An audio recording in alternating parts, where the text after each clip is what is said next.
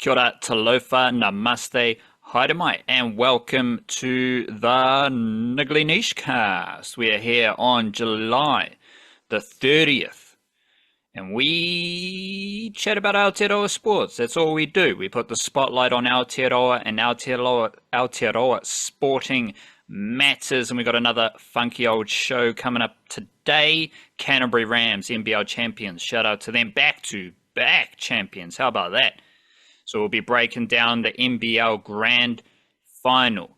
The Warriors had a win over the Tigers. We got some Kiwi NRL matters. We got some NRLW matters. Shout out to Annessa Biddle. She was absolutely destructive. In her first game, I've got an NRLWahine spotlight live on the website right now for Annessa Biddle. We've also got some cricket because our favourite coach keeps losing. And we've got the second round of domestic cricket contracts, but we've also had something close to the Black Caps test schedule for their Asia adventure almost sorted without any actual dates. So we've got dates we've got the full summer schedule in Aotearoa sorted, but we don't have dates locked in for tests coming up like next month, kinda.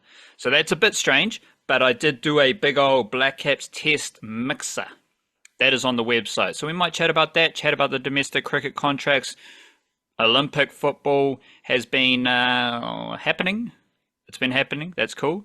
And we will finish with some Olympic funk. Lots of awesome stuff happening in the Olympics. So we will be rolling through that and just chatting some Aotearoa sports as we always do. Most of which appeared in our newsletter last night via Substack, thenichecache.substack.com. Sign up and you get Aotearoa sporting information sent to you every Monday and Friday night. That is everything you need for the Niche Cache is part of that newsletter. All the links and all the words that you could require. It's all there for you. You can also support us by... Well, it's a completely free sign up. Like that newsletter is completely free, full of information. But you can upgrade to a paid Substack subscription to help us out and access the subscriber podcast, the bonus podcast every week that we record on Thursdays. If you join the Patreon whānau, you get that subscriber podcast as well. And all the newsletter stuff is just copied straight into Patreon the next day. So a couple of options there to support our work and covering Aotearoa sport. You can also hit us up on Buy Me a Coffee if you wish. But that's also just where we write. We write our newsletter every Monday and Friday. We're writing on our website, theniche-cache.com. We got some Aotearoa sporting clips on all the social media channels as well. And of course, we are here every Tuesday recording a monster Aotearoa sports podcast that you can enjoy. Obviously, we've got all the timestamps, so if you're not having a listen throughout the whole podcast, you can just skip through to your favorite sporting section. You can listen to it on your audio platforms, iTunes, Spotify. You can subscribe on YouTube, drop us a comment as well. But it's there for you to just come back to, have a listen, come back to it later in the week. We're always dropping some insights. We're not here to say what happened, because you know what happened. We're here to share our thoughts, insights, opinions, and to be honest, do whatever the fuck we want. So shout out to Aotearoa, shout out to the Niche Cache, and big up to you listening, supporting our mahi here in the crazy old times of 2024. I mean, the Olympics is happening and they got our Mayo. So if anyone knows about our Mayo, it's a pretty crazy thing that's happening, but it's in tune with the weird vibration of planet Earth right now. That was a heck of an intro. And I think I listed everything off there. So we might get in some mindfulness. What do you got, old mate? Yeah, righto. I mean, this is one of a couple of podcasts that we'll get to do during the Olympic Games. So I thought, in honor of the spectacle, I'd dip into the quote bag of Monsieur Pierre de Coubertin, the French fellow who originally revived the well, he started what we now call the modern Olympics about 130 odd years ago or something like that. Mr. Coubertin or Mr. D. Coubertin. I don't know exactly what the formalities are with that, but he said the most important thing in life is not the triumph, but the struggle. The essential thing is not to have conquered, but to have fought well. And you can see pretty clearly how that like fits into the old Olympic spirit. So yeah, shout out to Mr. Pierre de Coubertin for giving us something to do over the next 2 weeks.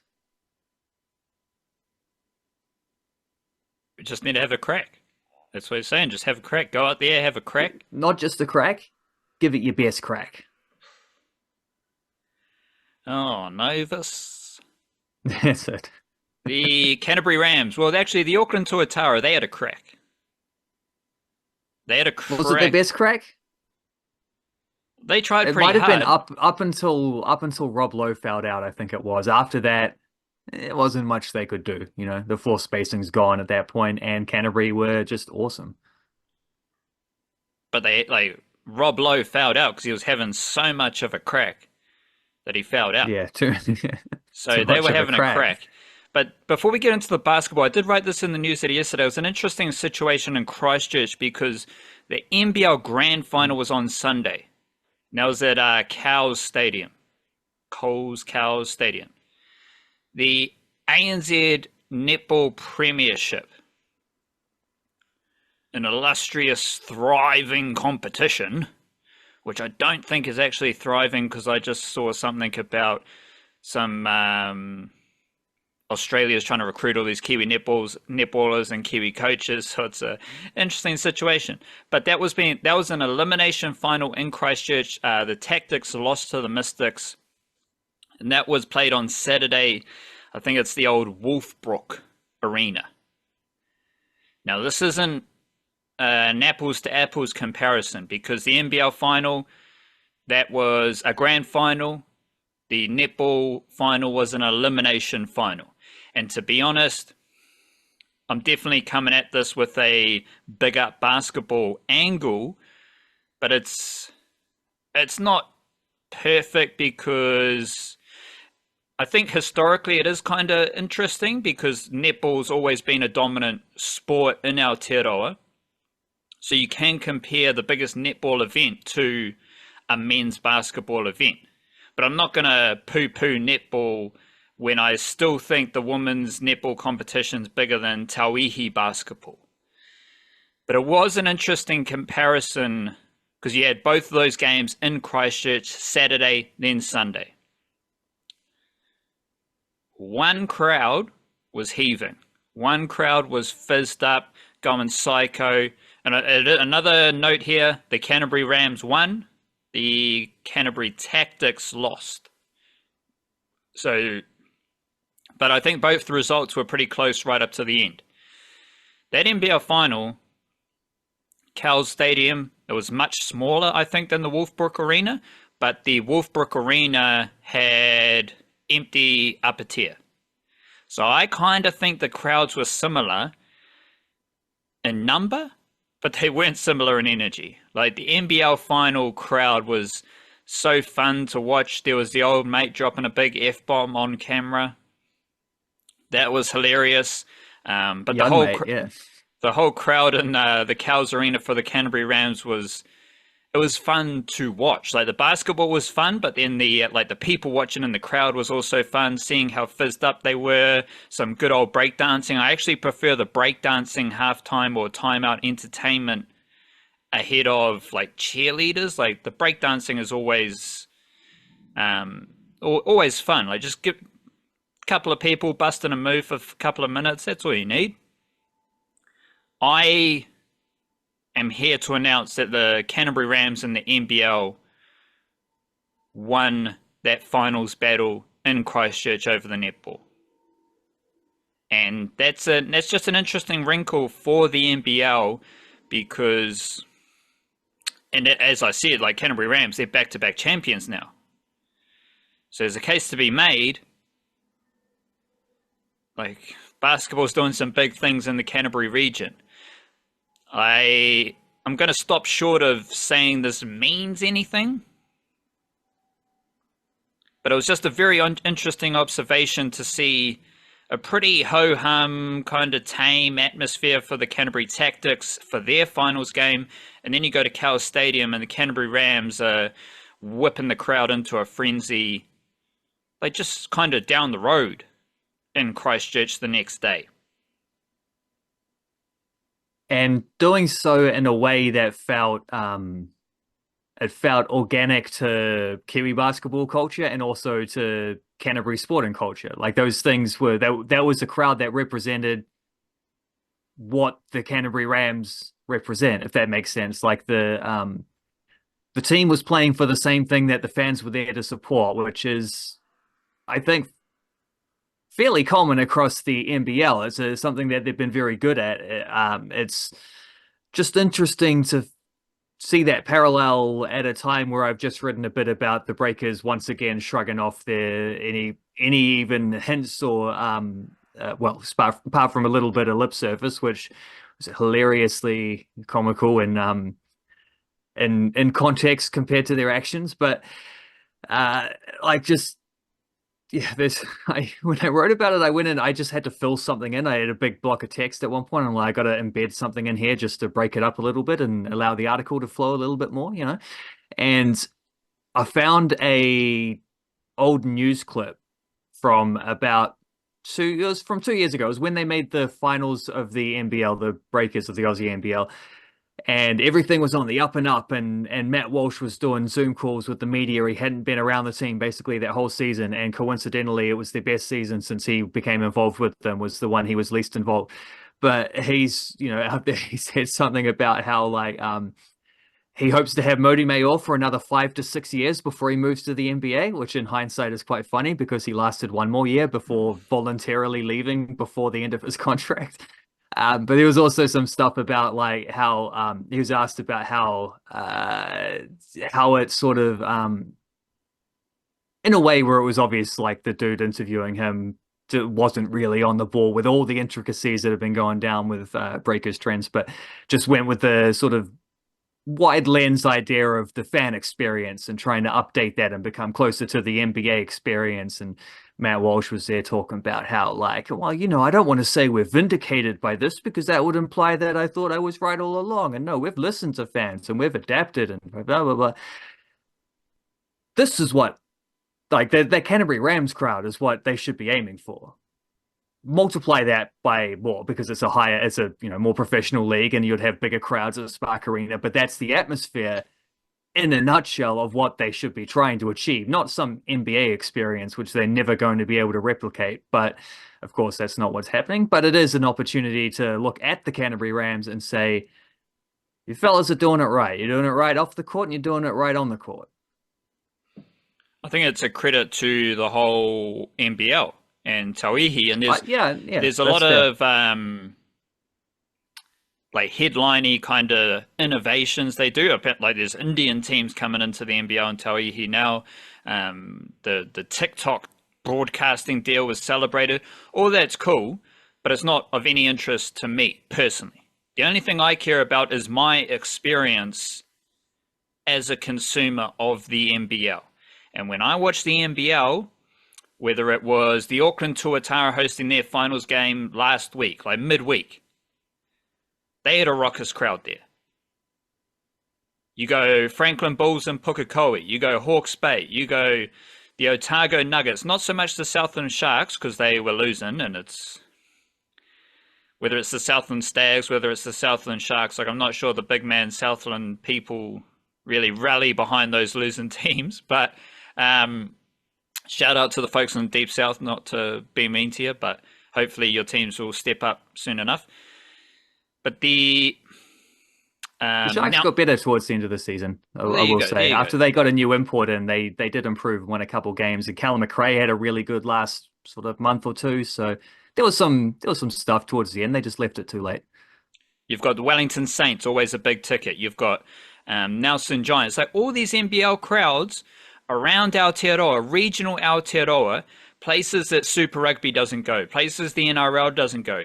They're getting nice crowds. They're culturally diverse. There's a diverse mix of ages. That's an interesting nugget to thread into the Warriors discussion in a jiffy, but when I watch the NBL, I have fun viewing it through the telly. I'm having fun because I'm watching some fun basketball. I'm watching people in the crowds having fun. I'm watching a whole lot of pizza being eaten. Like, it's just a good time, and that is a credit to the NBL as a competition. So let's take a moment. Like, Canterbury Rams are back-to-back champions, but the NBL, they've got a dynasty going. Like, they're 4 years of championships sorted. Like, it's a weird thing that I'm trying to say here, but like, the NBL wins championships in their own competition. Like, they're doing a great job at building a basketball competition in Aotearoa, and they genuinely care about the connection to community around Aotearoa. So shout out to the NBL competition. Shout out to the Canterbury Rams. And also, shout out to MJ.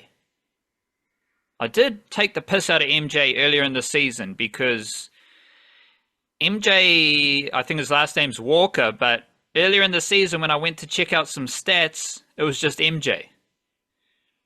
There was just this dude playing NBL basketball called MJ.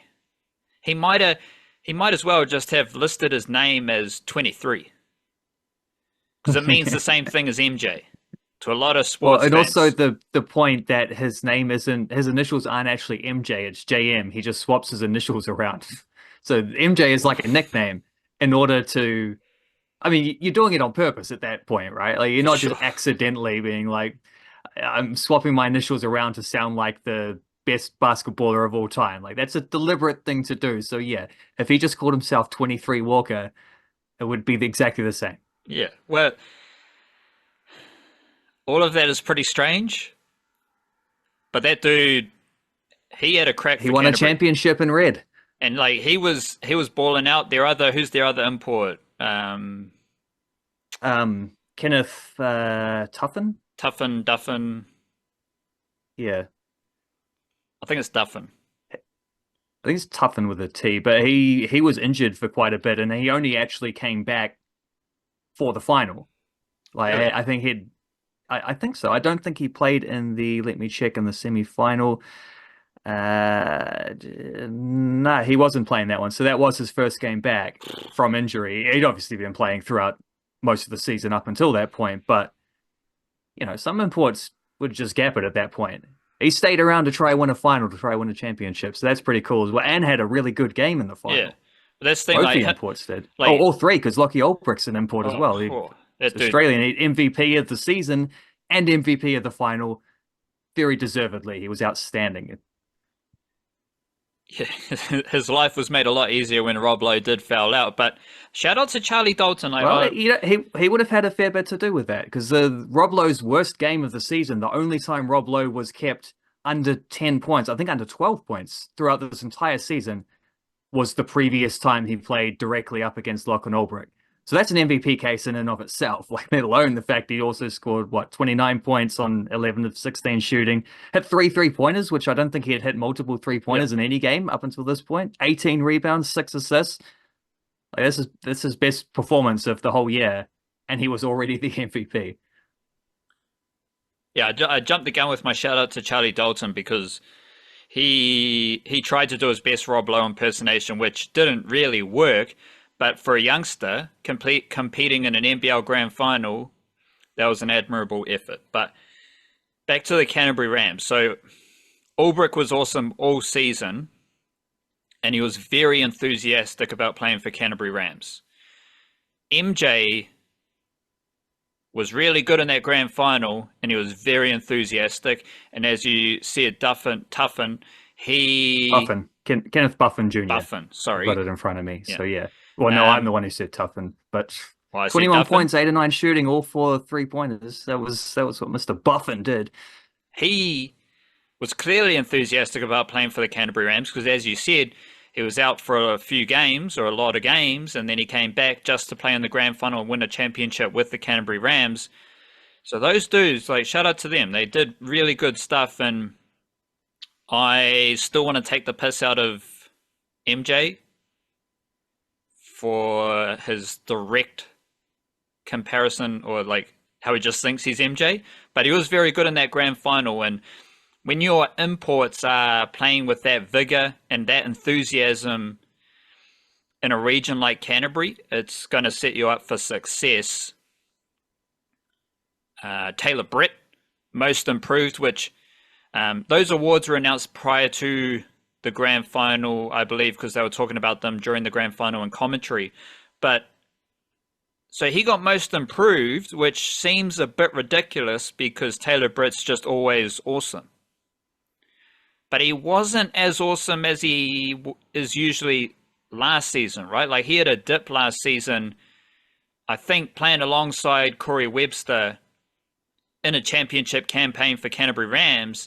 But then this season, Corey Webster goes to the Tuatara and Taylor Britt just excels as the main distributor and point guard for the Canterbury Rams. Taylor Britt's pretty good. And then you also, the youngsters who got the most game time in the grand final, you had Max Darling, your mate Wally Brown, he got a bit of game time, and Kaia Isaac, who started, played 30-odd minutes. There you go. So he stepped up for the grand final as well. I'm not sure if you saw this in the newsletter yesterday, but I did drop a team of 5 youngsters who played in the grand final. So that team was Max Darling, Walter Brown, Kaia Isaac, Charlie Dalton, and Braden Aiuli. Aiuli didn't get as much game time, but he did come on like Auckland Tuatara. Rob Lowe's fouled. He's fouled out.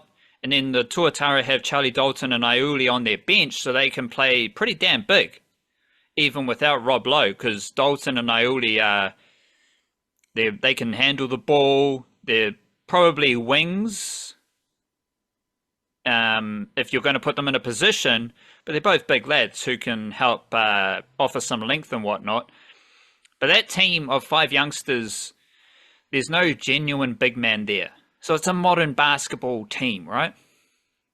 But as I wrote in the newsletter, if you put Julius Halaifanua, who seems to be on a fast track to the NBA, hopefully, in that team of youngsters, it's a monster team. But was there any other young big man across the whole NBL who might be able to... I don't want to take any of the dudes I named out of that team.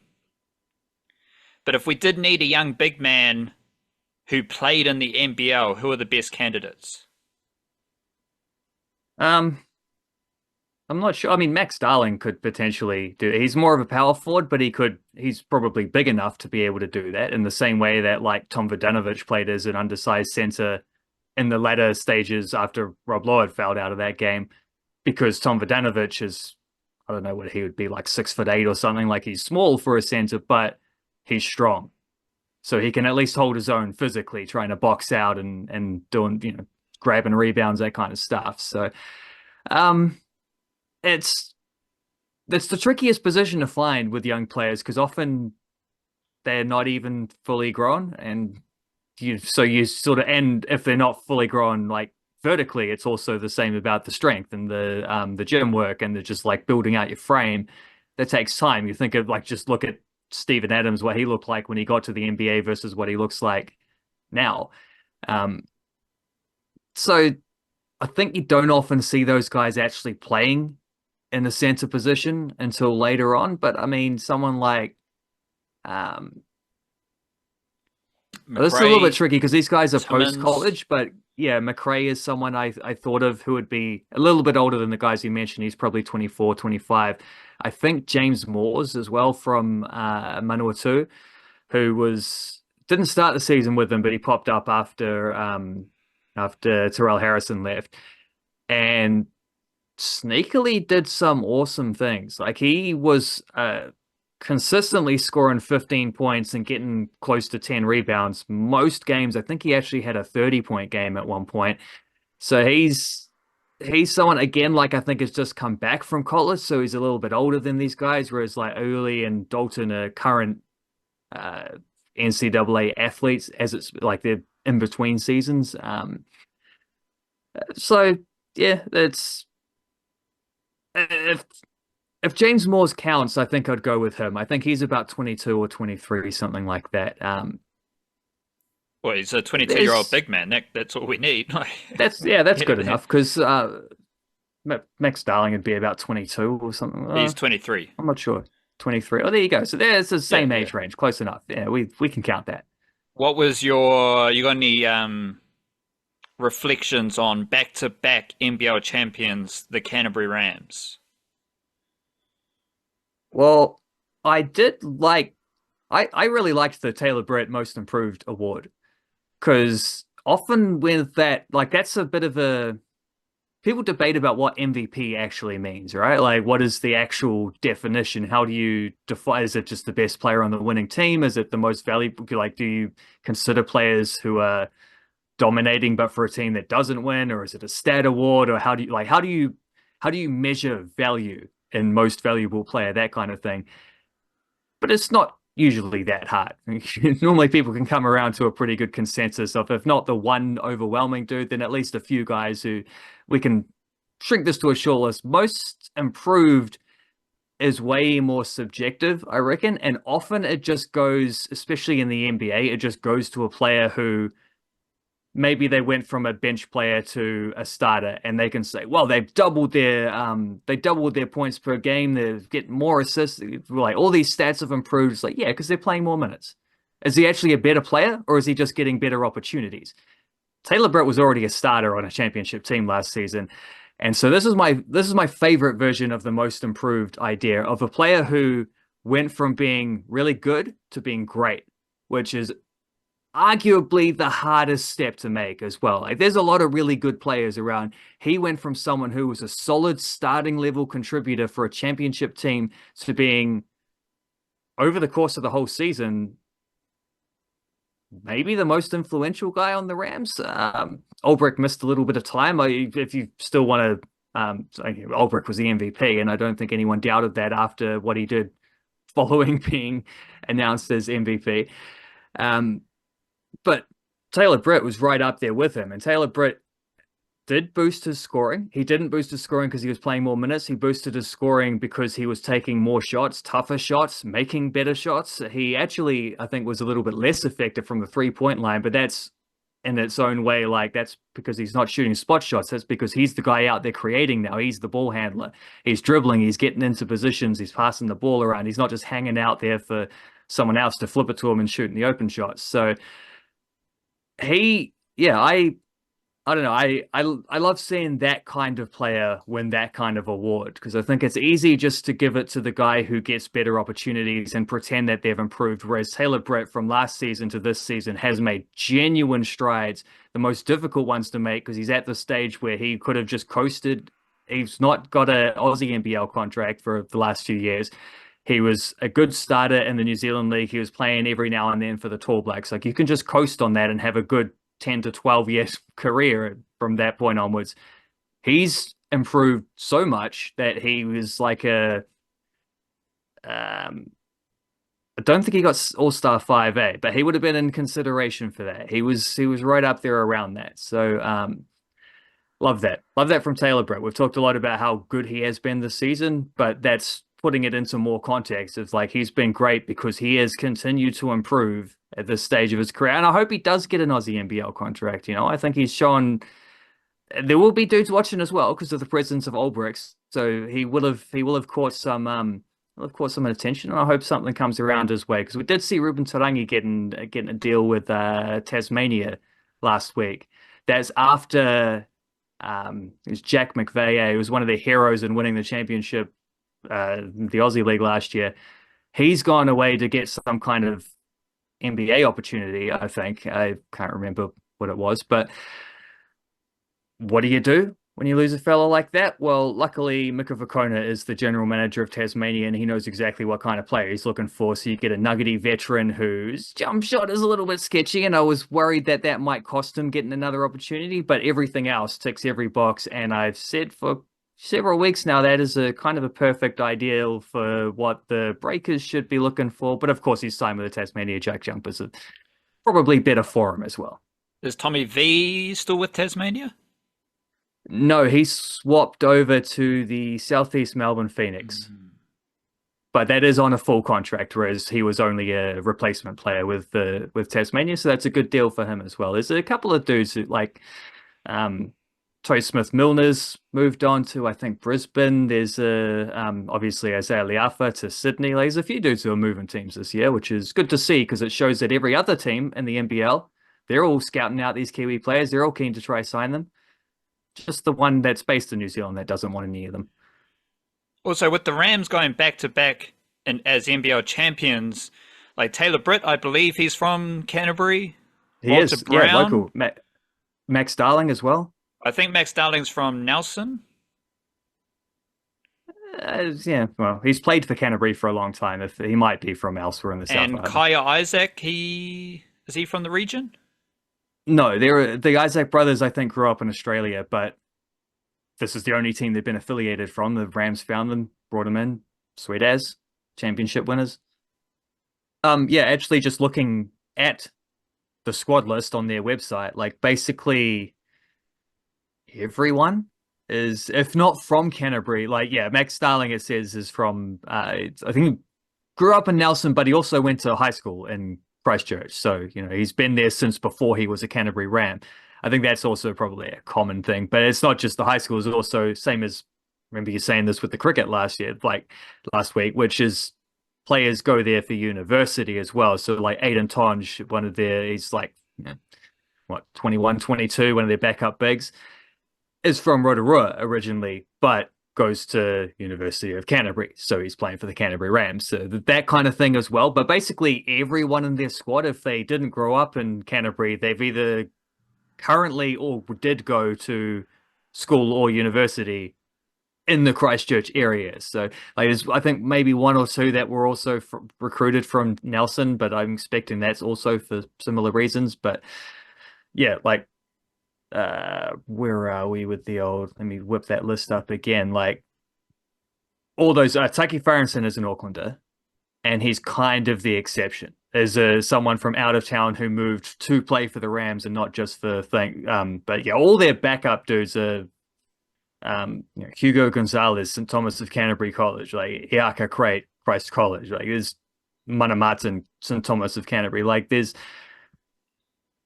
a very good representation of their area and the best up-and-coming players in their area who are also some of the best up-and-coming players in the country, as well as guys like Taylor Britt, Max Darling, Walter Brown, who have,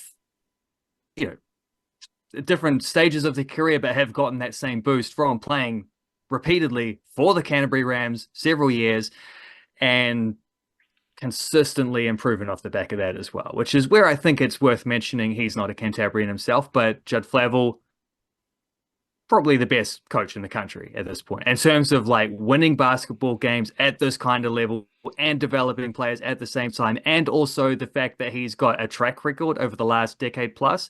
Like he's not a young coach trying to prove himself. He's proven himself and continues to prove himself, and just won his 4th championship as a head coach in the NZ NBL, which I think was with his the third different franchise he's won one with. But that's a little bit tricky because back in the day, some of those franchises came and went. You couldn't just stay at was it like the Auckland Pirates or whatever it was, the first one. You couldn't just stay there for a decade. They don't exist anymore. But again, like best coach in the country, should be the Breakers coach, but that's their problem. He'll coach somewhere else. The Warriors, they had a win over the Tigers at Mount Smart Stadium. Don't really need to add adjective, a verb, a descriptor prior to win, because I don't know if it was a good asterisk, win. Yeah. I don't know if it was a bad win, but it was a win, and they had a win over the Tigers. But going back to the crowd stuff, Warriors crowds are always a vibe, because like that Canterbury Rams crowd, you're seeing a diverse group of people coming together in celebration of sport. In this case, it's the Warriors. And now we've got these headlines about the Warriors selling out every single game this season, which is fantastic. But it's especially in New Zealand where everyone's kind of got this history with the Warriors. Some of the reporting around the sellout stuff was like how do I say it? The fans are keeping the faith. They're not in the finals, but they're rallying behind. You know, the fans are a little bit deranged. They're a little bit psycho. It's like, well, this shows you that no matter how the Warriors are performing, they're drawing big crowds. And I said it earlier in the season, I'll say it again. Warriors games at Mount Smart are the biggest ticket in New Zealand sport. Yeah, sure. All Blacks, that's a national sport. That's probably the best sporting event that you can go to at a international level. Which crowd has the better atmosphere, though? It's the Warriors. And I'd say the better atmosphere, you might get a better atmosphere at the Canterbury Rams game than an All Blacks crowd where everyone's kind of dressed in black. And All Blacks, clap, clap, clap. I will, like, Black Caps Test cricket's always a massive occasion, and you get a specific circumstance for like a Black Caps T20 or ODI. That's a big ticket as well. But right now, Warriors games at Mount Smart are the biggest ticket in New Zealand sport, and it's a cool thing to say. The Warriors have sold out every home game at Mount Smart Stadium. But what does that actually mean? It means they're getting over 22,000 people at every single game. They've only had one crowd at Mount Smart Stadium that is less than 23,000 people. That is consistently bigger than any Super Rugby team. That's consistently bigger than any cricket crowd in New Zealand. So that, the number and the energy, like what you're seeing on TV, I imagine what you're experiencing at Mount Smart Stadium, the Warriors are the biggest ticket in New Zealand sport. And that was evident last season. But the crowds have got bigger as the Warriors have got worse. Like the crowd average this season is higher than last season, but the Warriors are worse. So that tells me the whole package of going to Mount Smart to support the Warriors is the biggest ticket in New Zealand sport. It's not necessarily that the fans are chomping at the bit to get into the finals. They're holding the faith about the Warriors. No, it's just that the Warriors deliver the best product in New Zealand for a live game experience. The footy, the signs, the fire, the Spider-Man. But you're seeing kids happy. You're seeing kids from all different cultures happy. You're seeing old folks there who are happy. Every time you watch a home game at Mount Smart, or every time I watch a home game at Mount Smart Stadium, I can't help but admire how like a sporting event can bring people together.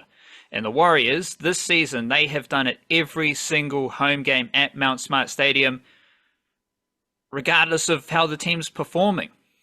Because if you're getting only one crowd, let's say, okay, if you're getting 22,000 people at every single home game, that means you're getting at least 22,000 people after you get smoked 66-6. After losses, after this game against the Tigers, big crowd, Tigers suck, they're competing for the wooden spoon, Warriors just had 2 losses, 23,000 people, no wakan wharis, easy mahi. So, the Warriors, they're selling out the games, but it's like for us as fans, because obviously that's like corporate business booming, but for fans, that means that the Warriors are delivering the best sporting product in New Zealand. And I don't think it's even close to the next best. Because let's be honest, that Canterbury Rams crowd was probably 1,000 people, maybe. Probably more likely a couple hundred. It's not in the same ballpark as 23,000 people with people sitting on the stairways, people standing at a bar at the end zone watching the game. Like, I think the Warriors deserve a lot of praise for the product they are delivering. And yeah, the Tigers suck. The Warriors weren't that good, but it was still a fun occasion to watch. Like, I don't think the fans had less fun because the Tigers suck and the Warriors weren't that good. The fans seem to have a lot of fun. That's just the Mount Smart experience. It's just something to be grateful for, as we should be grateful for a Warriors win. And at the moment, the Warriors just need to keep winning. Because if they keep winning, guaranteed goofiness is going to happen. I don't want to wish ill on anyone else, but I'm fairly certain, based on absolutely nothing at all, that a team ahead of the Warriors is going to implode. It might be the Dragons, who are outside the top 8. It might be the Raiders. It might be the Dolphins, Sea Eagles, Cowboys. Maybe even the Bulldogs slip up as the pressure mounts coming into the back end of the season. Who knows? But I'm confident that one team will slip up. Maybe two, maybe three. And if the Warriors just win, they're still in the finals mix. Right now they're on 21 points. The Bulldogs are 5th on 26 points. There's not a lot of points separating those teams. The Dolphins are 8th on 24 points. So the Warriors just need to keep winning. And yeah, I wasn't like inspired by their performance against the Tigers. I didn't watch that game and think the Warriors are a certified finals team right here. Definitely didn't think that. But the Warriors won. And I think that is a good thing. Because when you're getting 23,000 people at Mount Smart Stadium and the whole package of what it is to play at Mount Smart Stadium, like those games against the stinky teams get a bit easier.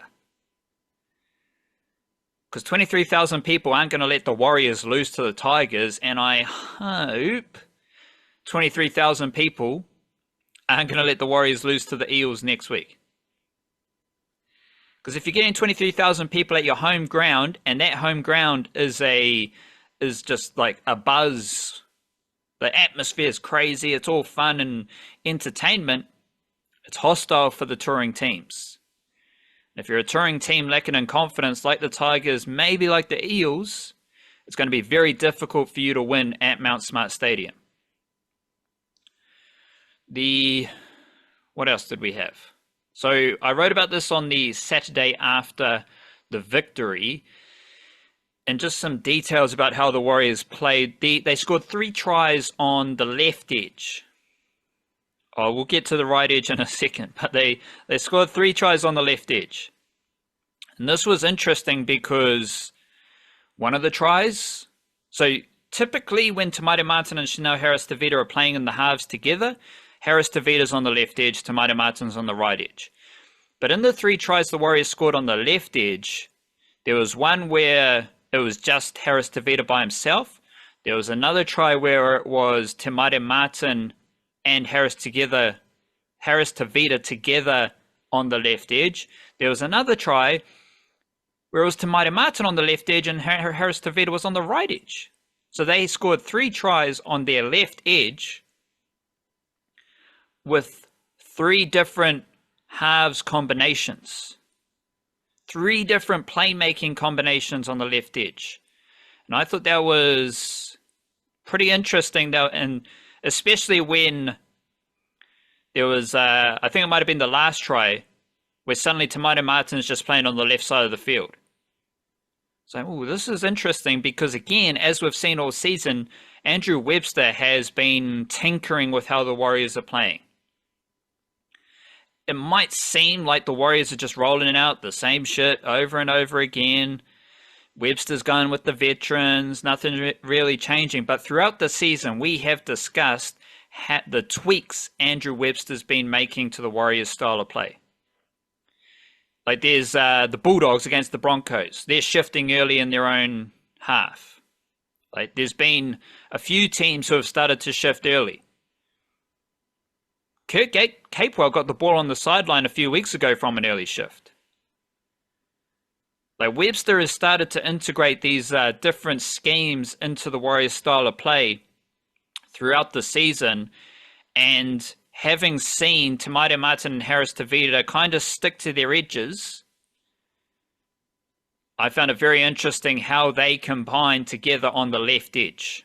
I thought that was pretty useful stuff from the Warriors. There's something Kiwi sports fans need to be aware of. The first, we might chat about this later, I would not expect Nathan Smith to be in the Black Caps test squad prior to the Kiwi summer. We love Nathan Smith around here, fantastic cricketer. He's going to play cricket in all three formats for New Zealand for a long time. He's probably going to debut in one of those formats this summer. But don't expect Nathan Smith to be selected to tour India or Sri Lanka. It's probably not going to happen, right? You should not expect Roger Tuivasa-Sheck to be selected at fullback ahead of Shans Nicol-Klokstad, and I'm going to go out on a limb and say you should not expect Tuivasa-Sheck to be selected at fullback ahead of Taine Tuaupiki. That might happen though, but don't expect it. This is important because, as we've said with Shaun Johnson, all the media coverage about the Warriors at the moment revolves around Tuivasa-Sheck. It's as if the media really, really, really wants Tuivasa-Sheck to play fullback. Because that's the only questions they ask, and Andrew Webster consistently says he's just fitting into the system. He's just trying to learn a position. Now, of course, if we're down Nicol-Klokstad, if we're playing without Taine Tuaupiki, Tuivasa-Sheck can do the job. Fantastic. That is the depth available to the Warriors. But purely based off Andrew Webster's selection, like this is less of my opinion, this is just the connecting the dots that we have seen. Andrew Webster's selections, he has selected Tuaupiki at fullback ahead of Tuivasa-Sheck. What does Andrew Webster say? He says Nicol-Klokstad is our best fullback. What has Tuivasa-Sheck said? I'm here to fit into the system. And right now my job is to learn how to play centre. But the media coverage is completely different. So I don't really care. I'll try not to complain about the media coverage, but I want to relay to fans, do not expect it. It might happen, but don't expect that to happen. Getting into my opinion, Tuivasa-Sheck's awesome. And I'd say if Nicol-Klokstad's out injured and Taine Tuaupiki's out injured, there's a scenario where Tuivasa-Sheck is the Aotearoa Kiwis fullback later this year. But I'd also throw up that at this stage of his career, I wouldn't be surprised if Tuivasa-Sheck opts to represent Samoa. That is something to keep track of as well. But as I reflected on the Warriors game and I checked around the coverage, there was a lot of celebrating Tuivasa-Sheck as if Shans Nicol-Klokstad didn't do anything that Tuivasa-Sheck did. Yeah, Tuivasa-Sheck stopped a lot of tries. He mopped up a lot of stuff out the back. That's literally what Nicol-Klokstad builds his game at fullback on. Oh, Tuivasa-Sheck broke some tackles, made a line break. That's what Nicol-Klokstad does every single week. He averages 200 meters as well. When Taine Tuaupiki's played fullback, he's done that stuff. Yeah, sure, he might not be as good a fullback as Tuivasa-Sheck, but he's done the same stuff in his limited game time there. And as I thought through that, I'm just kind of sitting with it, I'm I love Tuivasa-Sheck. He just did the same stuff as Nickel Crookster. And then we get to the right edge, which I highlighted in the newsletter yesterday, because all season long we have discussed how the right edge attack isn't quite working as effective as it did last season. Last season, a lot of Nickel Crookster out the back to Zealand. Sean Johnson combining with Nickel Crookster on the right edge. They scored a lot of tries down there. This season, Nickel Crookster, when the fullback gets the ball on the right edge, regardless of who's the fullback, there's a cul-de-sac there. There's a dead end. They roll out shape. So on the left edge, they're rolling out their shape and they're picking apart the Tigers. On the right edge against the Tigers, Tuivasa-Sheck got the ball, and I had 3 examples from like the first 20 minutes. First 16 minutes, how about that? Where Tuivasa-Sheck gets the ball, and there's no overlap, it's just 3-on-3. So I came into that kind of musing, that pondering, I came into it thinking Tuivasa-Sheck did a lot of the same stuff as Nickel Crookster. And when I went through the game, I was like, he literally did all the same stuff, because when he got the ball on the right edge, it was the same situations Nickel Crookster was finding himself in earlier this season. So it's a very weird situation where good, bad, or indifferent, the fullback for the Warriors is just finding themselves in the same position and they're doing the same work. I don't know what it means, but we've talked about the stunted Warriors attack earlier in the season. That had a lot of Nickel Crookster running into a dead end on the right edge. And against the Tigers, I'm looking at it right now, in all 3 examples, Tuivasa-Sheck has got the ball out the back of shape, and he's got Moalagram Taufa outside him, he's got Zealand outside him. There's 3 Warriors, and there's 3 Tigers. There's no overlap, and the Tigers are working hard to keep their spacing condensed, so Tuivasa-Sheck's footwork isn't a factor. Because if you leave too much space around an isolated defender with Tuivasa-Sheck, that footwork's just going to make him look silly. So that's just a one detail there. Do you have any thoughts about that? I think as to what it means, it just means the Warriors have 2 good, very similar fullback options, plus a third guy who's a little less proven, so it's harder to compare him to the other 2, but has also gotten opportunities when they've come along. And 12 pick is a little bit different because he's smaller than the other fellas. You're not going to get sort of like the barnstorming kick return meters in the same way. You might still get barnstorming kick return meters in a speedier footwork kind of slipping through gaps and duck and tackles kind of way, but not barging through them. However, like, because someone said the same thing to me at football on Saturday about how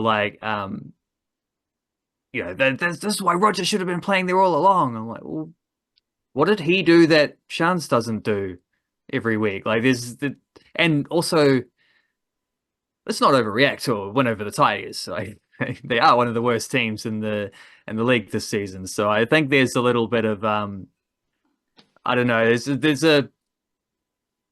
There's a narrative there, which I think you started off that by saying, like, let's not get carried away down the wrong track here. And I think that, to reemphasize that there's been a trend in how they've picked and played their fullbacks, and there wasn't really there's nothing Roger Tuivasa-Sheck did there that was as well as he played, and he was great in that game. Chancellor Crookster said the exact same thing, and as you highlight there, there's the bad as well as the good. Is the getting caught down dead ends on the sweeps and whatnot. So I don't know. I think that's just I think that's just a trend of or a stylistic aspect of Warriors football as much as anything, rather than individual genius doing what it like those guys are playing their role to a very high level, and that role isn't always perfectly successful in some ways, but it's also it is very successful in other ways, and it's been a big factor in how they try to play. So whether it's Tuivasa-Sheck there or Nickel Clockstar, that's what you're going to get, right? And also, if I like, there's examples here of how clunky and stunted the Warriors' attacking shape is going right. Now, Rocco Berry's was all pretty good this season, but he often didn't have a whole lot of space at right centre. Tuivasa-Sheck, he's played a few games at right centre, and people don't seem to like Tuivasa-Sheck at centre. Well, maybe it's less. I'd also, Tuivasa-Sheck at centre, said it before, say it again, he's making way more tackles. Like, he actually has to make 10 tackles. So that's going to, it's a more well-rounded position. But if the Warriors' attack is extremely clunky and stunted, I'm not going to hold it against anyone who's playing centre and not really shining.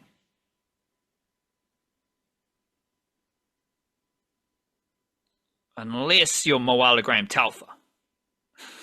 And this is where it gets a bit weird. And these are, I'm not presenting myself as these are the concrete insights you need to take away, aside from the expectations. This is just shit that I'm pondering, because whenever the Warriors go right, Tuivasa-Sheck at fullback, the fullback or the centre is getting the ball, even numbers and not much space to work in. Usually they're going sideways to the sideline. None of which is ideal. And this is the biggest work on for the Warriors at the moment, is how they can be more effective moving the ball to the right edge. Moala Graham-Talfa, though, he's fast. So he has something different to every other centre, let alone every other player at the Warriors. He's got genuine speed, a zip, the same zip that Taine Tuaupiki has. We've seen, it's evident when Moala Graham-Talfa is defending at marker, because he just bursts out a marker and makes the tackle. Rocco Berry's really good and he tries really hard. He makes a lot of those tackles, but he's not as fast as Graham-Talfa. He doesn't have the burst of speed. The Warriors, the one try they scored on their right edge, what happened? They shift the ball to Moala Graham-Talfa, to Watene-Zelezniak, who skips to the outside. He's pretty quick, but he's not necessarily fast for a winger. He's not as fast as Alofiana Khan-Pereira. But once the ball gets to Graham-Talfa, who's playing on the wing, outside Watene-Zelezniak in that example, he's too fast. And he breaks down the sideline, passes it in field. So what I think I'm explaining is, if you're not as effective or as smooth moving the ball right, and the fullback or the centre, or Watene-Zelezniak, because he's often getting the ball and he is unable to score his tries because he doesn't have the space required, which is only half a metre. But if your whole process in shifting the ball right isn't as effective, having a fast centre might help. And every time I've seen Moala Graham-Talfa play NRL for the Warriors, he's been awesome. And I think right now he's better than Ali Leotawa. And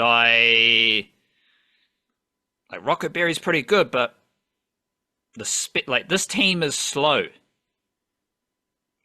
So having someone with a bit of speed is so useful for the Warriors right now. And I think that makes Moala Graham-Talfa a very valuable young player for the Warriors heading into the Eels game and the back end of the season. Obviously, we're recording this on Teamless Tuesday, so we'll wait and see the team selection. because Andrew Webster might go with Leotawa ahead of Graham Telfer if the other players are available and whatnot. But I don't know. I just want to big up Moala Graham Telfer because every time he's playing, he's making his tackles, he's trying really hard, he's using his speed to make defensive plays, and he's got X factor. He's a very powerful runner, so that speed, if you speed up into the defensive line, that is your power. But then we saw with Watene-Zelezniak, if you get him in the open space, he's too fast. Another factor, so Tuivasa-Sheck did make that line break on the left edge. Again, I've seen Nickel Krokstad make those line breaks. I've seen Tane Tuapiki make those line breaks. So that's just what fullbacks do for the New Zealand Warriors. But the halves got the ball to the right edge. So what I'm talking myself into, it was a pretty good game from the halves. Like they were better at kicking. They offered 3 different combinations on the left edge for tries. And then Tuivasa-Sheck makes a break on the left edge. Bang. Harris Tavita gets the ball straight away to Tamaira Martin, who gets the ball straight away to Watene-Zelezniak. When Watene-Zelezniak gets the ball, Graham Telfer's already on the sideline. He's ready for it. But it's the 2 halves who just get the ball there straight away, which I thought was pretty good. So that's just a good note for the Warriors halves combination. And another player I want to highlight for the Warriors is a bit of a Canterbury focus, because Kaia Isaac is a hooker for the New South Wales Cup Warriors, and he's a Linwood junior from Christchurch. Unfortunately, he's one of him and Dimitris Sifakula, the only Warriors New South Wales Cup players who don't have like player profiles on the New South Wales Rugby League website. So that's a bummer because we can't go deep into their stats. But I think Kaia Isaac played 75 minutes in the loss to the Magpies. He played a bit of lock forward. And he's just a really good hooker. I think he's the best hooker for the New South Wales Cup team. He's still Jersey Flegg eligible, so he's played a few games for Flegg, but he's playing New South Wales Cup. And if he's playing New South Wales Cup, I think he's a better hooking option than Paul Roach. So that's why Paul Roach played in the halves. But Kaia Isaac, he's very physical, very robust. He loves to defend, but he's also very crafty around the ruck. So he can burst, and he's scored a lot of tries. There's a lot of highlights of him scoring tries, but he might bounce out this way, come back that way. Go left, pass right. Bit of Wade Egan stuff there, and he's learning from Wade Egan, so that's good as well. He's a good passer. Sometimes when you're dealing with the amount of turnover and change of players that the New South Wales Cup team has, it can be difficult to adjust to someone like that. Because if Kaia Isaac is bouncing out right, and everyone knows that he's trying to get the ball back to the left, everyone's in alignment with what needs to happen. But if people aren't really tuned in to playing with Kaia Isaac at hooker, it can appear a bit disjointed. But I reckon Kaia Isaac can step up to the NRL in the coming years. I reckon he's the best prospect right now for the Warriors. I got my top 10 here. We got Kaia Isaac, Eddie Aramia, Tanner Smith from Christchurch, Luke Hansen, Motu Pasikala, Sio Kelly, Kalis Fatialofa, Jacob Auloa, another hooker who has played a lot of New South Wales Cup this year, Caleb Lehman, Harry Durbin. I did that a few weeks ago. I did it again for Monday's newsletter, and I have moved Kaia Isaac up ahead of Eddie Aramia and Tanner Smith. So watch out for Kaia Isaac. I think he's a very good dummy half coming through the Warriors system. And he's someone folks need to tap in with. I think that's us for the Warriors there. There was the first round of NRLW, which was typically awesome for NRLWahine, especially the centres. So many centres. Annessa Biddle, wrote about her. Go read about her on the website. 19 runs for 192 metres. Just casually. You got Mali Hafunga, Rosie Kelly, the former Blackfern. She was playing centre for the Eels. Niall Williams-Guthrie, Samoan international. She was playing centre for the Titans. Leanta Funga, Kiwi Fern. She was playing centre for the Tigers. Mackenzie Wiki and Shael Robbins-Retty playing centre for the Raiders. On Thursday night, you had the Knights beating the Roosters. And Abigail Roach was definitely playing centre for the Knights. I think they had Shanice Parker as well. So the Knights and Raiders, both of their centres are representing Aotearoa. And they are my two favourite NRLW teams. Like the Raiders, RP Nichols at fullback, Madison Bartlett on the wing, Mackenzie Wiki, Shael Robbins-Retty in the centres, and you have Kirihatina Matua, who is she's a fantastic forward. She's going to dominate you. She's going to smash you. And that's what she does. Curious to see how Tatiana Finau develops with the Raiders as well. And as I said, the Knights had a win over the Roosters. They've got Isabella Waterman from Christchurch. She's made the transition from Super Rugby. Grace Kukutai, she's also made the transition from Super Rugby. She came off the bench. Leishon Albert-Jones is edge forward. Nita Maynard, Kiwi Ferns veterans there. So the Knights and the Raiders have a lot of NRLW talent from Aotearoa. But my favourite is Annessa Biddle. And as I wrote my NRLWahine spotlight about her, I was pretty damn impressed because last year she played wing, centre, and then finished at edge forward for the Kiwi Ferns in the win over Australia. So that's her first season of NRLW footy, which led into test footy, and she played 3 positions. Now, if we go to Tuivasa-Sheck, what is Tuivasa-Sheck doing this year? He's playing 8 out of 10 footy at centre, wing, and fullback. That is bloody impressive, and that makes Tuivasa-Sheck one of the best outside backs in the world because he's playing all these positions at a very high level. That's what makes him so awesome. So when he is asked to play on the wing, he plays 8 out of 10, 9 out of 10. When he plays centre, he's playing 8 out of 10, 9 out of 10. You put him at fullback, 8 out of 10, 9 out of 10. He's from Otara. Annessa Biddle's doing the same stuff. She's from Otara. Beauty. Quick update about Skeeman Sawyer. Ben Sawyer, White Ferns coach. He has done a great job losing the first 2 games with the Birmingham Phoenix in the 100, which is the 100 in England, but I'm just rolling with the 100 because it's just cooler. So Ben Sawyer has now guided the Birmingham Phoenix to 12 losses in a row.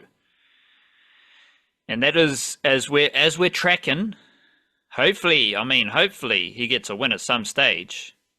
Because he's also got Sophie Devine and Susie Bates. He's also dragging them down into losing mahi. So hopefully they get a win soon. Although, if they keep losing, it does fit nicely into this White Ferns losing jigsaw puzzle. Well, the White Ferns haven't lost 12 in a row. So maybe their role players are actually making the White Ferns better because without them, it gets worse. Skeeman Sawyer is just exposed to a couple of key players and no one else. Off the top of my head, I think they might have Elise Perry. So I'd imagine Elise Perry is better than Maddie Green. That's not what the results suggest. The White Ferns win sometimes. They've won once this year. That's once more than the Birmingham Phoenix. In T20s. So shout out to Skeeman Sawyer. He's doing his best scheming over in England for the hunt with the Birmingham Phoenix. Also, we've got the domestic cricket contracts have been updated. Second round. Saying the second round of contracts is a bit weird because it's just like one contract, maybe two contracts, or in the case of Central Districts, 3 contracts. But let's just go with the updated domestic contracts. They have now been finished. Auckland added Jordan Sussex, who is he's an older bowler, but I think he took like 7 wickets on debut last season for Auckland or something crazy. So he's a very good seamer who has got a contract with Auckland now. I didn't write this in the newsletter yesterday, but it was announced after we published the newsletter. Northern Districts gave a contract to Snehith Reddy, who is a 17-year-old who played for the under-19s earlier this year. Very good young cricketer. I just realised that Northern didn't give a contract to Sandeep Patel, who played a lot of cricket for Northern Districts last year. So, and of course, we heard Tim Pringle and someone else was having surgery or was out injured. So I think Northern is dipping quite deep into their pool of players to give contracts to. Reddy's pretty good. I don't know if he'll play a lot, but he must be there or thereabouts. Central Districts, they got Angus Shaw, Ewald Schroeder, and Mason Hughes. Angus Shaw, another older domestic player, up around 30 years of age. He scored runs. I think he took a few wickets last season. It might have been his debut as well. Mason Hughes is just a mid-20s solid opening batter.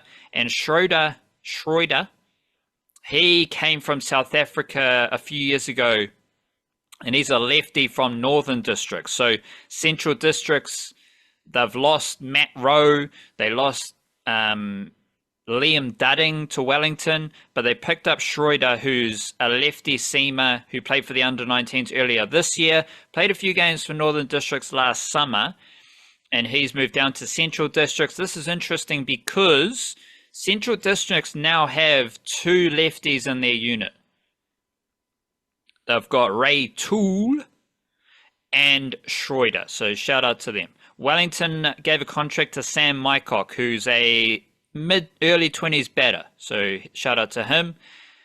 Canterbury, they gave a contract to Cameron Paul, who, first and foremost, I think he's from Darfield, so big up to Darfield, Zach Folks, Henry Shipley, Cameron Paul. I think the under-19 World Cup's like every year, every 2 years, so they're a bit tricky to keep up with. But he might have played in the previous World Cup, but he did play for Canterbury and Ford Trophy last year, and by the looks of his wickets, bowls quick enough.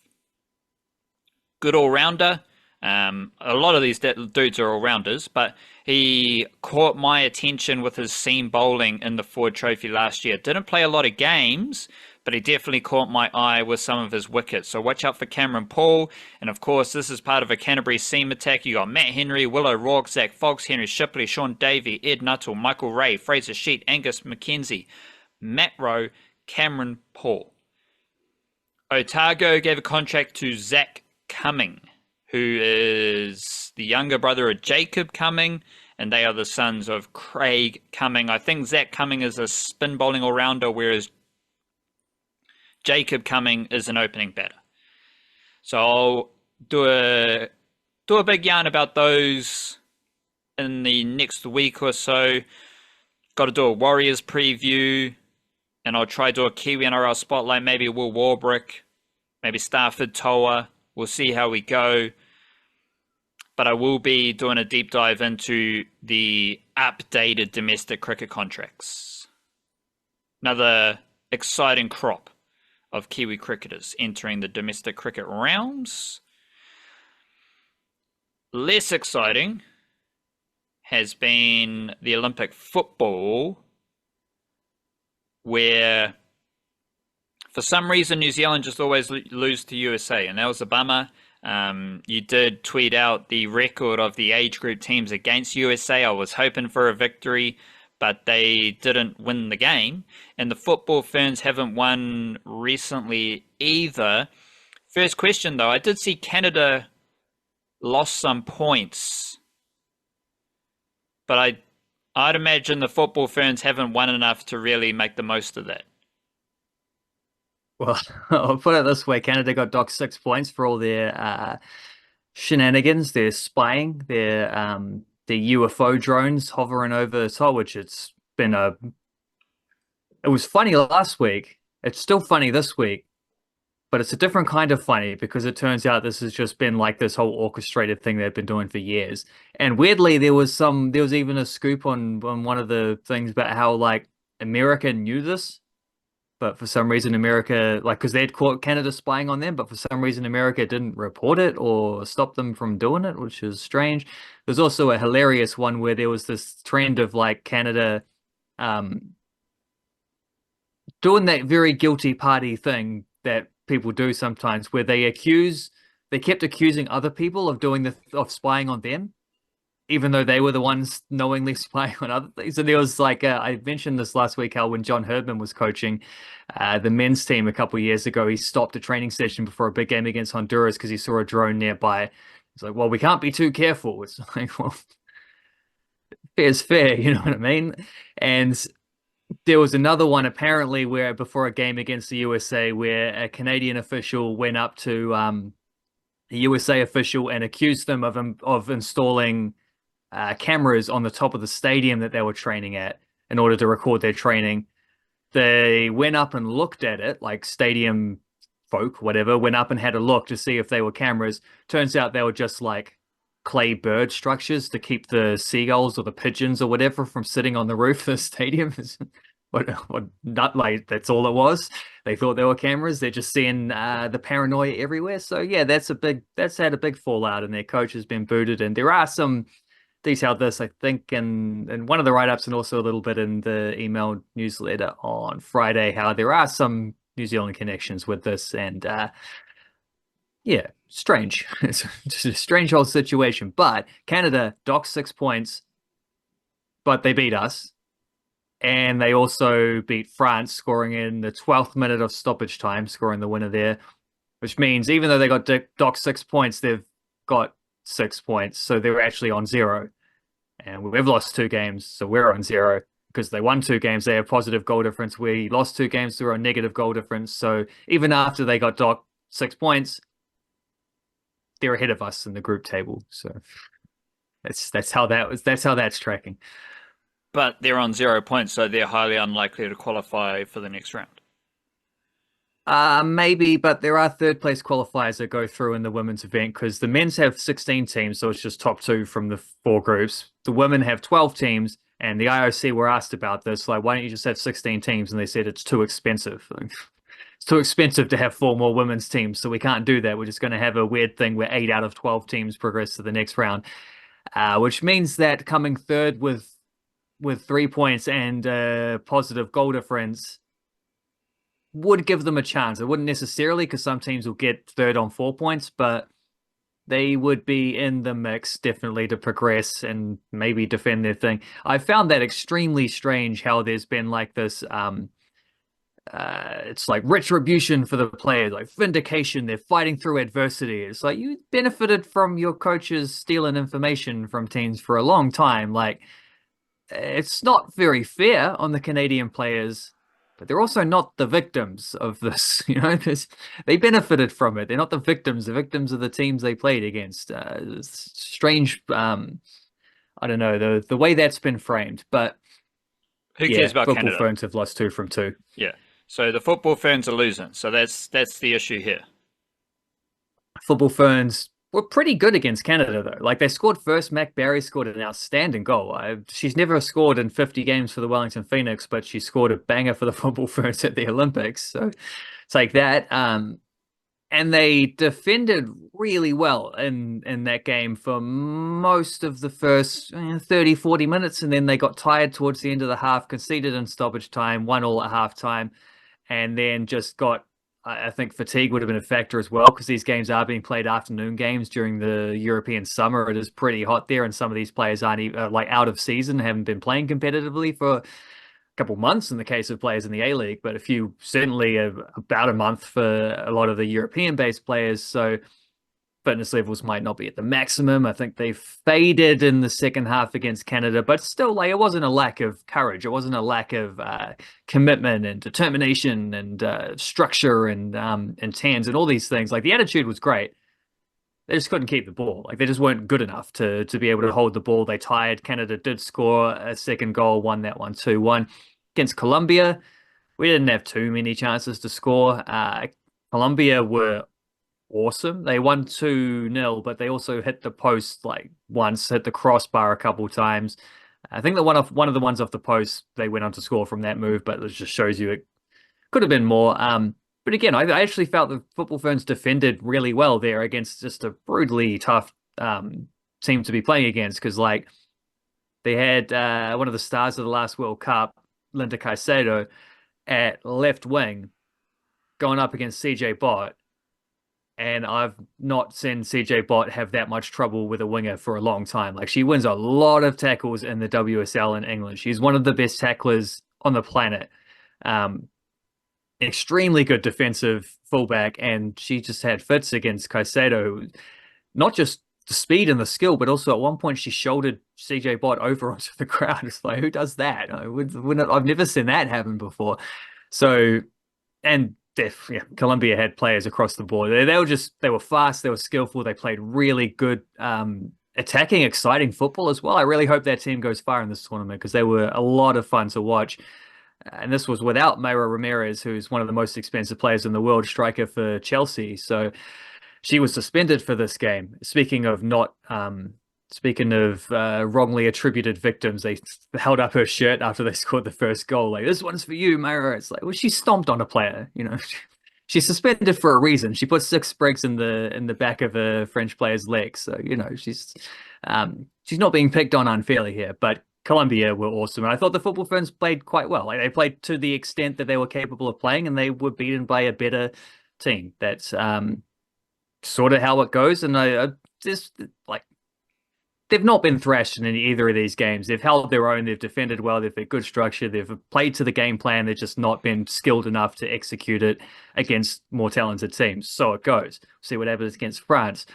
I don't think we can say those same things about the Ollie Whites, though. Well, hold on. Is there any difference to the Football Ferns under Michael Main, Gucci Mane?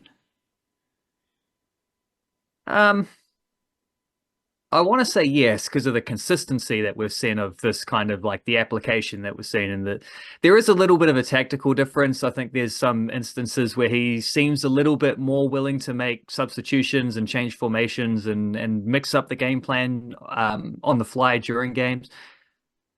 But also, like, as far as the players' attitudes and stuff like that, we saw the same stuff at the World Cup under Klimkova. I think that's a big tournament thing. Rather, like, if it is different under Maine, we'll find out in a 2-game friendly series against, like, I don't know, pick a random country in 6 months' time or something like that, when there's nothing on the line. For a tournament, everyone gets up for the Olympics. You know, there's not a that wasn't ever really in doubt, no matter who the coach was going to be. There are, like I say, there are some tactical differences, I think, maybe in some of the ways that they're trying to play. I think some of the selections are a little bit different as well, but nothing drastic. This is about what I expected from the Football Ferns anyway, is sort of they're playing as well as they can, but they're up against better teams. And so you lose, but you lose...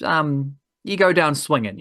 Whatever de Coubertin said at the start, I haven't got the thing anymore. They had a crack. They had a crack. What's your issue with the Ollie Whites? And I will throw this out there as well. The All Whites have a friendly scheduled against the USA in the next few months. So that's going to be the time we beat the USA. But we drew with them the last time we played them. That was back in Anthony Hudson days. So the USA curse doesn't seem to apply at a senior level, except obviously the Football Ferns, but that's a different matter because we know how good the American women's team have been. But it's only the age grade where they whoop us. And I think there is a reason for that. I was sitting there watching this game feeling like I'm looking at an American team here that is really athletic. Like, that is obvious. These guys have come through academies and training camps and stuff like that. They spend a lot of resource in American football, American soccer, on doing that kind of centralized development kind of stuff from the governing body. And I think you see that in how they play is there's a lot of really good athletes. They press really well. They're fast. They're strong. They were faster and stronger than we were. They also had certain kind of patterns where they like to play to. They were definitely trying to work overlaps for their wingers and getting them in behind, and striker drops deep into his feet, lays it off. Someone plays it in behind for the little things like that where it's repeated stuff. And I do think this is a very American soccer aspect, is why they're very good at youth level is because they train these guys. Then they get to the top level where you're not up against guys your own age anymore. And their senior team is not as good because they can't think for themselves. They, can't make critical decisions because they're built in like an American football kind of thing. You run a play. They're sort of built to run plays, But unfortunately, the Ollie Whites and the New Zealand under-20s in the past can't cope with that stuff. We're just not. We don't have the athletes to be able to defend that. It was a shambles, and also it felt like a little bit of a preparation issue as well. That you would be messy, that your defense would be out of kilter sometimes when you had your most experienced centre back arriving a couple days before the tournament started, when you played one meaningful friendly game, when most of your squad wasn't around. You didn't know with some of them, because of injuries, you didn't know who was necessarily going to be playing from leading into the first game. And Ben Old's situation is the best example of that. So some of that, but also I was watching the Phoenix signed a new player. They signed Paulo Retre. He's an Australian midfielder, very versatile midfielder, and can play fullback as well. He's a guy who can cover a lot of ground, tick a lot of boxes. Great signing for them. Similar pedigree as well to Marco Rojas in terms of winning championships across, and Costa Barbarossa's like another experienced guy who's tasted ultimate A-League success. So a good signing for them. But something Italiano said, talking about that in the press conference, about they asked him what he thought of the first game. This was before the USA game. He actually said he thought we had a chance against the USA. But he's in talking about the Guinea game, he said that he said it in a way where it's like, here's my little disclaimer before I explain what I thought, sort of thing, which is that in international stuff, you just don't have enough time to build in your defensive shape and your structure and your styles and things. Like you can't do that. You kind of just got to turn up and play on vibes. And the Ollie Whites have some, because of Baisley's involvement with the All Whites and under-20s, like there is definitely continuity that has helped a lot, and players who have played together, but yeah, there's not enough of it. Their defense, I thought, looked pretty messy against Guinea at times as well, but they defended really well individually, and they got bodies behind the ball, and they made blocks, and they won headers and all that kind of stuff. So that was fine, because I think Guinea were equally messy. America weren't. America were really structured. They were strong at the back. They built the ball up well. They pressed us. They just made it difficult, and that exposed the state of the Ollie Whites a little bit more. But at the same time, what did Chiefy say? Well, he mostly does. He was asked about the Phoenix lads, and he just said he thought Sam Sutton was someone he singled out. He mentioned Alex Paulson as well, even though he's left. He said he was good to see him playing very well. He thought Sutton's work and winning the penalty was important, getting him far forward and really being dynamic and aggressive, that kind of stuff. He was pleased to see a few of the other guys. I think Kelly Hill played off the bench in that game. Van Hatten played off the bench in that game. So he was pleased to see some of those guys getting minutes as well. So, that kind of stuff. But I did find that really interesting that he prefaced it by saying, don't expect these teams to be amazing. Because he's right. Like, if you watch international football, it's clear. And the messiness of it is often makes it better. I mean, look at the Australia played Gambia in the women's competition the other day.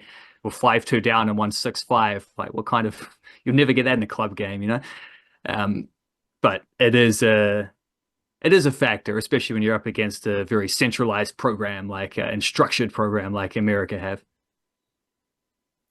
Right, but you're alluding to him, so you didn't actually say what he was referring to. You offered the preface where it's very difficult to run the same scheme and all that stuff. But then I think your point was that he was saying their defense sucked. He didn't say it, like he sort of prefaced it and then didn't really address it further, which is, but yeah, I think that was his impression was Yeah. that someone for him who's a very meticulous coach and works very hard on this stuff, I think it would make sense if that's the first thing that he looks for in a team and looks there and sees that it's not there. Like that cohesion isn't there. But so it goes. I felt though, because I think that comes with the territory, and we kind of just have to cop that as they were better prepared because they have better resources and better players and bigger population. But I felt frustrated watching it. It's just the way that dudes, I think, dropped their heads for a while after they conceded 2 early goals and didn't respond to it very well. They did come back into it later on. They were better in the second half. But also, B, just it took too long for Baisley to respond himself. Like, he didn't do anything proactive to get them out of that little funk. He just kind of rolled with it. And when he made 2 subs at halftime, he subbed off the wingers and just swapped them with other wingers. Like, the least effective part of what he needed to do was chuck in what he eventually did do, actually, with about 15 minutes to go when the game was long gone and you're 4-0 down, brought on Lucas Kelly-Hield and went to a back 5. Should have done that at half time because they were getting shredded through the channels the whole way through, and they just needed to cover more ground in that line so they weren't getting sucked in and playing and caught out by switches and players getting beaten in one-on-ones. You need to be able to double a little bit now and here. Like, just he should have done that at that time, but I think Baisley is just that's not his style of coaching. He's not a particularly proactive coach, but I do expect, if I had to bet, I think we will see a back 5 shape, a back 3 shape, however you want to define it. I think we'll see that against France in the last game on Wednesday morning or Thursday morning. I can't remember. Wednesday within morning, a day or two. 5 a.m. So let's wiggle into some Olympics chit-chat to finish us off here. Tomorrow morning, Wednesday morning, that football game versus France is 5 a.m. and that's around the same time that we've got women's sevens finals. Yeah. So that's pretty cool. Remember, we've got Tyler King and Stacey Walker playing in the sevens before they go back to, before they join NRLW. Tomorrow morning, we've also got a bunch of Kiwi athletes involved. Finn Butcher's in the canoe. Owen Robinson. He is in the shooting, and different things are happening there. The hockey, the men are playing Argentina, and both hockey games, I think they lost to India, they lost to Belgium. Only 1 goal, but they haven't been the most enjoyable watches, just frustrating. Cards. I think they got a yellow card in the first game for having too many people on the field at the start of the half or something like that. Little instances like that, little mishaps, turnovers. I think Simon Child got an injury in the game against Belgium, so it's just been frustrating. Didn't really expect them to win games.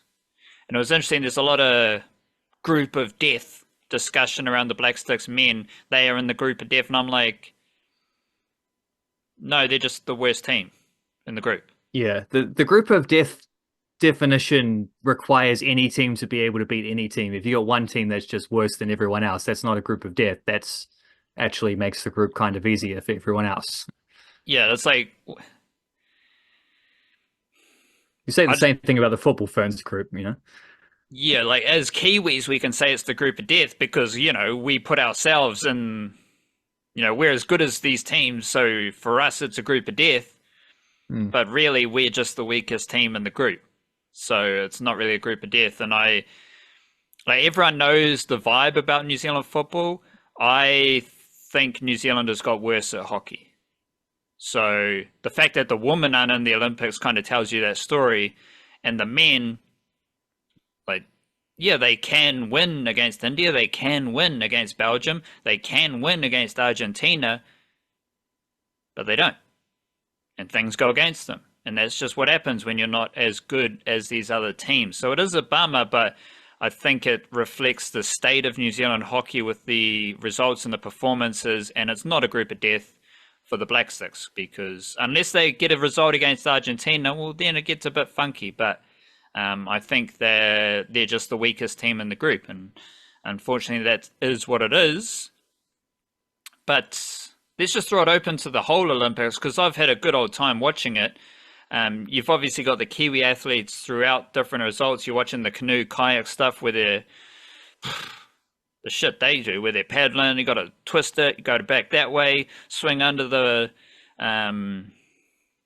gate, The gates, the gates. bounce back into the rapids, and then some Jerry from Angola pops up, and you're like, how are you practicing for this in Angola? Like,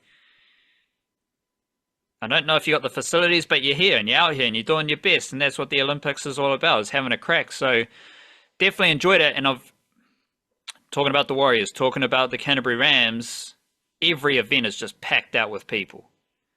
And France except for some of the football.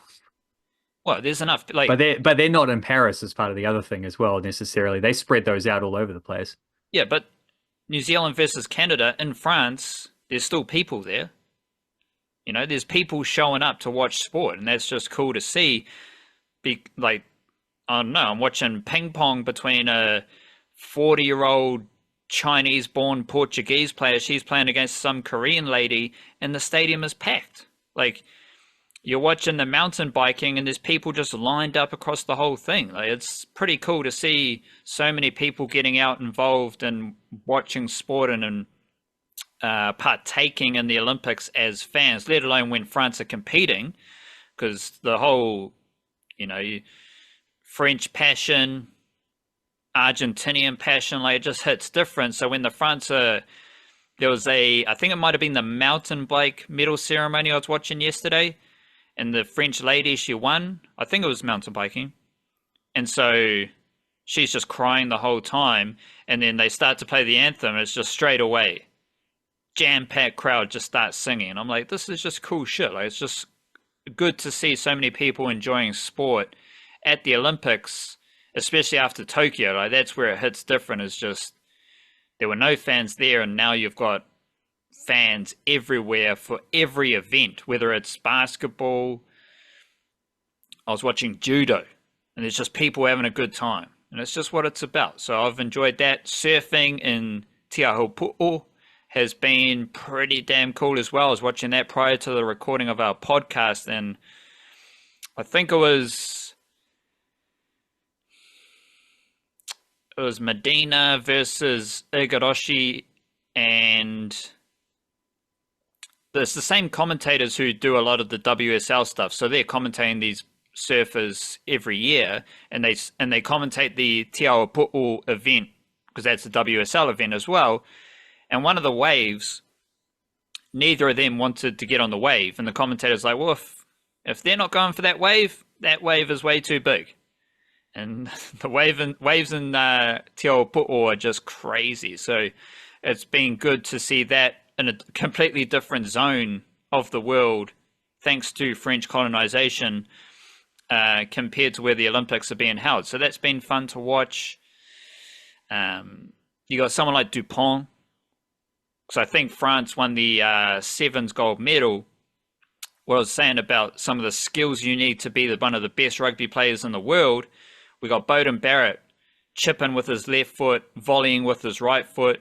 You know, Adi Sawyer can do literally everything. So if you're a young rugby player or a young athlete, just practice all the skills, because you need to be able to do everything on the footy field, and the best players do all the basics.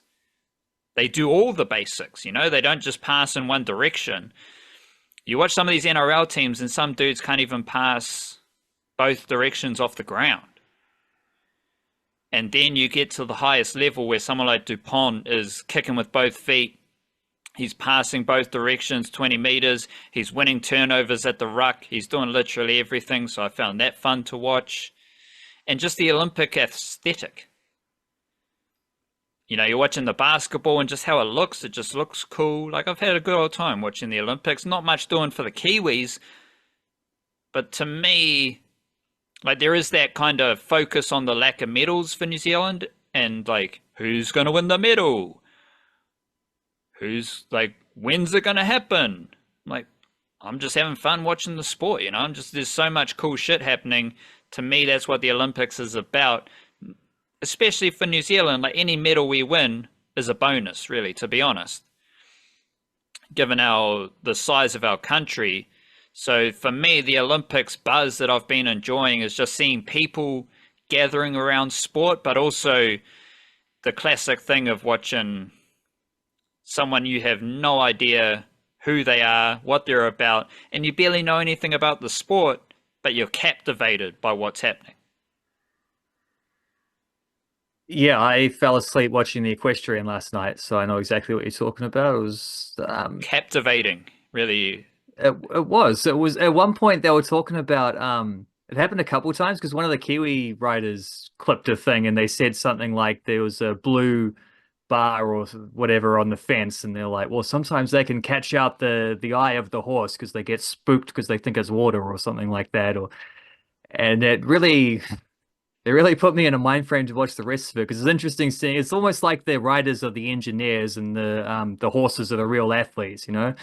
And to watch, because so many of these sports is just like absolute athletic precision that you're trying to see. But here the athletic precision is coming from horses who get scared because they see something blue out of the bottom of their eye sometimes, and therefore clip a bar on a fence rail, which is yeah, strange dynamic to experience. But like that, it was captivating. It's captivating, and it's like I don't know. I wanted to when there was this one part in the course. This is the I don't know what they call it, jumping. I think it's just called jumping, the jumping Show section. jumping. Show jumping, it might be, yeah. Where they had to jump like 3 fences in a row, where you've got no time for any strides in between. It's just jump, jump, jump directly. And every time someone got it correctly, there was a big round of applause from the crowd, and I just wanted to clap along. You know, I don't know anything about this sport, but I'm just appreciating. Oh, that was good. Like that well done. You've achieved something there. That's great. It is one of the many sports where New Zealand did well, but not well enough to get a medal. Like, I think Tim Price in particular did very well, and as a team they were hovering around that 6th to 8th. I think they ended up 8th.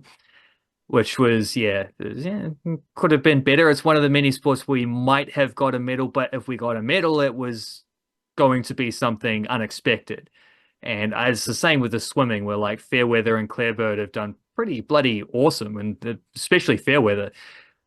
But you're up against these world record holders from, like, who trade world records back and forth between America and Australia, and especially Australia at the moment. And like, there's that French dude that was up against Clarebird directly, who everyone loved, Marchand, who, yeah, won a gold medal by a mile, by an absolute mile. And the crowd there was insane. And I will second that the French national anthem is the medal ceremonies when France one of the best, because France has the most stirring, emotional, inspiring national anthem. It's like the famous. I always think of the famous scene from the movie Casablanca when they do. There was a bit where they all sing the French national anthem off the cuff just to show up the Nazis who were singing some beer drinking songs to drown them out. But genuinely, like the most passionate national anthem, and very passionate people, which is making that crowd experience insane whenever you get a French local doing well, which seems to be pretty often. They're doing well. It is often the case that the host will turn up record efforts. I don't think we're going to get a record medal haul from the New Zealanders. We got 20 odd last time, and I think 7 golds. I think our record is 8 golds, but last time was the most medals we've got. Don't know we're going to get that, and I think that's also not just a matter of people underperforming or anything. I think it's just a matter of some of the athletes who used to win medals a lot aren't there anymore as part of it. Like, it's just a different generation in a lot of cases. So I don't know, just try to catch the Kiwis as often as I can, because it's exciting. It's exciting stuff regardless, but it's also, there's this very specific, like you said, there's very specific Olympic experience of just watching a sport you don't really understand with athletes you've never heard of before. And within 20 seconds, it's the most exciting thing you've ever seen. Big times for France. So they had the Rugby World Cup last year. Prior to the Olympics, they had the Tour de France. So for some French geezer, he was watching the Rugby World Cup last year, having a good time. And then this year, he's just gone from catching a bit of Tour de France on the side of the road, and he's got a full Olympic program he can go watch around the corner. Like, that's pretty cool for the French people. As I think about it, the medal expectations for New Zealand are a bit ludicrous.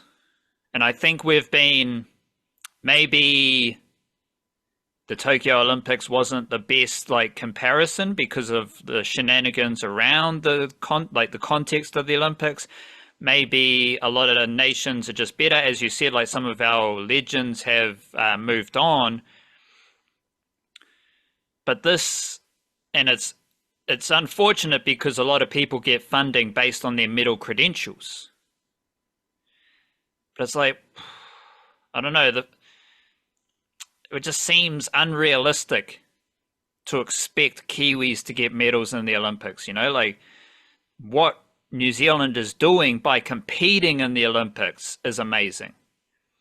But if you're, again, don't expect Tuivasa-Sheck to be your fullback. Don't expect Nathan Smith to be in the Black Cap squad to tour Sri Lanka. Don't expect Kiwis to win medals, because the fact that we do win medals is why New Zealand's the best sporting nation in the world, because we can punch above that weight. But the best measurement is that New Zealand is there competing in so many different sports. But there is this kind of Olympic storyline about medals, which I think is a bit insane considering who we are as a nation in the whole wide world. And there's a lot of to me, the Olympics is like a punch in the face, yes, you're New Zealand. Just chill out. You're just a small country in that pocket of the world that usually doesn't appear on maps. So just chill out about who you are in the big grand scheme of things. We'll still get a bunch of medals, though. I'll stake my reputation on that. We'll still get a bunch of medals, whether it's a New Zealand record or not. We'll still get plenty. Yeah, and we'll do our best. And we're also pretty good at every other sport that is not in the Olympics. So big up Aotearoa, big up yourself, love yourself, kia kaha, stay beautiful, chur chur.